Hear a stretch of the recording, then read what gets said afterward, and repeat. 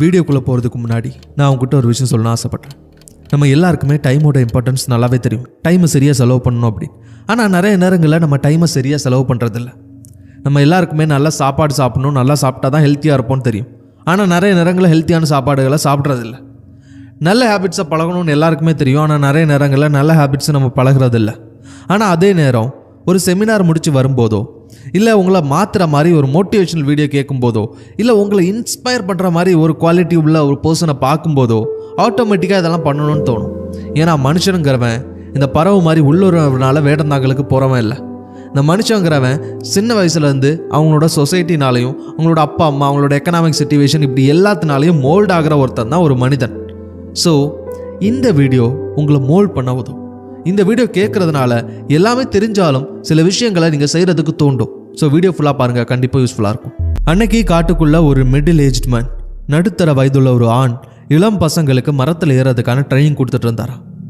ஏன்னு பார்த்தீங்கன்னா அந்த கிராமத்தை பொறுத்த வரைக்கும் எந்த ஒரு சூழ்நிலையிலையும் நம்ம இமிடியேட்டாக ஒரு வனவிலங்கை ஃபேஸ் டு ஃபேஸ் பண்ணுறதுக்கான சிச்சுவேஷன் உருவாகலாம். அப்படி ஒரு சிச்சுவேஷன் வரும்போது திடீர்னு ஒரு யானையோ புலியோ சிங்கமோ கரடியோ கண்ணு முன்னாடி நமக்கு தெரிஞ்சிடுச்சு அப்படின்னா அது நம்மளை பார்க்குறதுக்கு முன்னாடி மரத்தில் ஏறிட்டோம் அப்படின்னா அதுலேருந்து தப்பிக்கிறதுக்கான வாய்ப்புகள் ரொம்ப அதிகம். இதனாலேயே பரம்பரையாக அவங்களுக்கு இளம் வயதிலேயே மரத்தில் ஏறதுக்கான ட்ரைனிங் கொடுப்பாங்களாம். ஸோ அந்த மாதிரி ட்ரைனிங் தான் இதுவும். ஸோ இந்த பேட்சுக்கு பார்த்தீங்கன்னா இதுதான் கடைசி day of the training. So அந்த ட்ரெயினர் என்ன பண்ணுறாரு அப்படின்னா எல்லா இளம் பசங்களையும் கூட்டிகிட்டு போய் ஒரு பெரிய மரத்தை அடியில் நிப்பாட்டி விட்டு இந்த மரத்தில் தான் நீங்கள் மேலே ஏற போகிறீங்க, ஏன்னா இது last day of your training அப்படின்னு சொல்கிறாரு. அந்த பசங்களுக்கு என்னதான் அவ்வளோ பெரிய மரத்தை பார்த்து மனசுக்குள்ளே பயம் இருந்தாலும் நம்ம ஏறணுங்கிற தன்னம்பிக்கையோடையும் துணிச்சலையோடையும் வெயிட் பண்ணிக்கிட்டு இருந்தாங்க. அப்போ அந்த ட்ரெயினர் ஒவ்வொருத்தரையாக அந்த மரத்து மேலே ஏற சொல்லும்போது பையன் ஏறுறான். மேலே போய் அந்த உச்சியில் போய் அந்த கிளையை தொட்டுட்டு அப்படியே இறங்கி கீழே வரான். அப்படி கீழே இறங்கி வரும்போது இன்னும் பாதி தூரம் தான் அப்படின்னு ஒரு சிச்சுவேஷன் வரும்போது அந்த ட்ரெயினர் பார்த்துப்பா கேர்ஃபுல்லாக இறங்கு அப்படின்னு சொல்கிறாராம். சரி, ஓகே. அடுத்தது இன்னொரு பையன் ஏறான். அவனும் எப்படியோ கஷ்டப்பட்டு மேலே போய் அந்த கிளையை தொட்டுட்டு மெதுவாக கீழே இறங்கி வரான். இறங்கி வரும்போது அதே மாதிரி இன்னும் பாதி தான் அப்படிங்கிற சிச்சுவேஷனில் ட்ரெயினர் சொல்கிறார் பார்த்துப்பா கேர்ஃபுல்லாக இறங்கு அப்படி. ஸோ இப்படி ஒவ்வொரு பசங்க மேலே ஏறி கீழே வரும்போதும் அந்த பாதி, அதாவது கீழே இறங்குறதுக்கு இன்னும் பாதி தூரம் தான் இருக்குது அப்படிங்கிற பட்சத்தில் ட்ரெயினர் சொல்லுவாராம் பார்த்துப்பா கேர்ஃபுல்லாக இறங்கு அப்படி. அப்போ இதை பார்த்துட்டு இருந்த ஒரே ஒரு பையனுக்கு ஏன் இந்த ட்ரெயினர் மேலே ஏறும்போது சொல்லலை கீழே இறங்கும்போது சொல்கிறாரு அப்படின்னு அந்த ட்ரெயினர்கிட்டே போய் கேட்குறான்.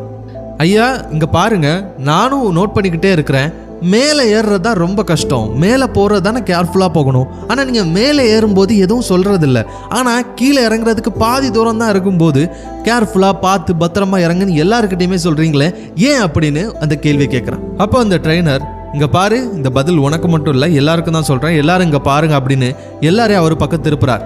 ஸோ திருப்பிட்டு அவரோட பேக்ல இருந்து ஒரு மேக்னிஃபையிங் கிளாஸ், அதாவது ஒரு பூத கண்ணாடி எடுக்கிறார், ஒரு பேப்பரையும் எடுக்கிறார். இப்போ அந்த பேப்பருக்கு மேலே அந்த பூத கண்ணாடியை வச்சு வெளிச்சத்தை ஒரே ஒரு பாயிண்ட்ல பட வைக்கிறார். அப்படி படும்போது என்ன ஆகும் நம்ம எல்லாருக்குமே தெரியும், தீ பிடிக்கும். சரி, ஓகே. ரெண்டாவது என்ன பண்றாரு அப்படின்னா அதே பூத கண்ணாடி எடுக்கிறாரு, இன்னொரு பேப்பர் எடுக்கிறாரு, ஃபர்ஸ்ட் டைம் ஃபோக்கஸ் பண்றாரு அந்த பர்டிகுலர் பாயிண்ட்ல படுற மாதிரி. அதுக்கப்புறம் ஒரு 2 நிமிஷத்துக்குள்ள அதுல இருந்து மேக்னிஃபை பண்ணி மொத்தமா வெளிச்சம் படுற மாதிரி பண்றார். அதாவது ஃபோக்கஸ் பண்ணல, ஒரு பாயிண்ட்ல பண்ணல, மொத்தமா விழுற மாதிரி பண்றார். இப்போ தீ பிடிக்கல. இப்போ அவர் ஸ்டூடெண்ட்ஸ் கிட்ட சொல்றாரு இதே மாதிரி தான் நம்ம எந்த ஒரு விஷயத்தை ஆரம்பிக்கும் போதும் நம்ம எல்லாருக்குமே ஃபோக்கஸ் இருக்கும். நம்ம எல்லாரும் நல்லா பண்ணணும், பெர்ஃபெக்டாக பண்ணணும், அழகாக பண்ணணும் அப்படி எல்லா மனசுக்குள்ள நினைப்போம். இந்த மரத்துக்கு மேலே ஏறுறதும் அப்படி தான். எல்லாருக்குமே ஏறும்போது நல்லா ஏறணும், எப்படியாவது கேர்ஃபுல்லாக ஏறணும், மேலே போய் தொட்டுட்டு வந்துடணும் அப்படின்னு எல்லாருக்குமே தோணும். ஆனால் முடியறதுக்கு கொஞ்ச நேரம் தான் இருக்கு, இன்னும் கொஞ்சம் தூரம் தான் இருக்குங்கிற பட்சத்தில் நமக்கே தெரியாம நம்ம மிஸ்டேக் பண்றதுக்கான வாய்ப்புகள் அதிகம், நமக்கே தெரியாம நம்ம கிவ் அப் பண்றதுக்கான வாய்ப்புகள் அதிகம். அதனால தான் நீங்க ஏறும்போது நான் எதுவுமே சொல்ல, ஏன்னா உங்க எல்லாருக்குமே தெரியும் ஏறுறது கஷ்டம் தான், ஏறும்போது ஃபோக்கஸ் அதிகமாக இருக்கும். ஆனால் இறங்கும்போது மனசுக்குள்ள அந்த ஃபோக்கஸ் போறதுக்கான வாய்ப்பு இருக்கு. நீ கீழே விழுந்துடலாம், இல்லை அந்த மிருகம் போறதுக்கு முன்னாடி நீ கீழே இறங்கி வந்துடலாம். ஸோ அதுக்காக தான் நான் கீழே இறங்கும் போதும் கேர்ஃபுல்லாக இருக்கணுங்கிறத சொல்றேன். வாழ்க்கையிலையும் இது நீ என்னைக்குமே மறக்காத அப்படின்னு சொல்லி சொன்னாங்க. ஸோ இந்த வீடியோ மூலமாக நான் உங்ககிட்ட சொல்லிக்க விரும்புறது ஒன்றே ஒன்று தான். நம்மளால் ஒரே நேரத்தில் நிறைய விஷயங்களை ஆரம்பிக்க முடியும், ஆனால் நிறைய நேரம் ஒரே விஷயத்த பண்ணாதான் அதில் மாஸ்டர் ஆக முடியும். ப்ரூஸ்லி என்ன சொல்லியிருப்பார் தெரியுமா? ஐ fear not the man who has practice 10,000 kicks once, but I fear the man who has practiced one kick 10,000 times. எனக்கு 10,000 கிக்கை ஒரே ஒரு தடவை ப்ராக்டிஸ் பண்ணவன் மேலே பயமே இல்லை. ஆனால் எவன் மேலே எனக்கு தெரியுமா பயம் இருக்குது? ஒரே ஒரு கிக்கை 10,000 தடவை ப்ராக்டிஸ் பண்ணியிருப்பான்ல, அவன் மேலே எனக்கு பயம் இருக்குன்னு சொல்லியிருப்பார். அதை தான் நீங்களும் பண்ணணும்னு நான் எதிர்பார்க்குறேன். ஸோ கிவ் அப் பண்ணிடாதீங்க. யாருக்கு தெரியும், நீங்கள் ஆல்ரெடி ஹாஃப் வே வந்திருக்கலாம், இன்னும் போக வேண்டியது பாதி தூரமாக இருக்கலாம். அந்த நேரத்தில் உங்களோட ஃபோக்கஸ் இழந்துடக்கூடாது, அந்த நேரத்தில் கிவ் அப் பண்ணிடக்கூடாது, அந்த நேரத்தில் பின் வாங்கிடக்கூடாது. ஒரு விஷயம் நல்லா புரிஞ்சுக்கோங்க, உங்கள் ஃப்ரெண்ட்ஸுக்கு உங்களை விட பல ஸ்கில்ஸ் அதிகமாக இருக்கலாம். உங்களை ஏற்ற வீட்டுக்காரனோ பக்கத்து வீட்டுக்காரனுக்கோ உங்களை விட அதிகமான ஸ்கில்ஸ் இருக்கலாம். ஆனால் ஒரே ஒரு விஷயம், இவங்க எல்லாரை விட, இந்த உலகத்தில் இருக்கிற எல்லாரை விட ஒரே ஒரு ஸ்கில்ல நீங்கள் பெட்டராக இருந்தீங்கன்னா போதும், இந்த உலகமே உங்களை தலை மேலே வச்சு கொண்டாடும். ஸோ என்றைக்குமே அதை மறந்துடாதீங்க. முயற்சி பண்ணி போராடுங்க. முடியாத விஷயம் எதுவுமே கிடையாது. வெற்றி உங்களுக்கு தான். உங்கள் வாழ்க்கை எந்த நிமிஷம் வேணாலும் மாறலாம். அந்த நிமிஷம் இந்த நிமிஷமாக கூட இருக்கலாம்.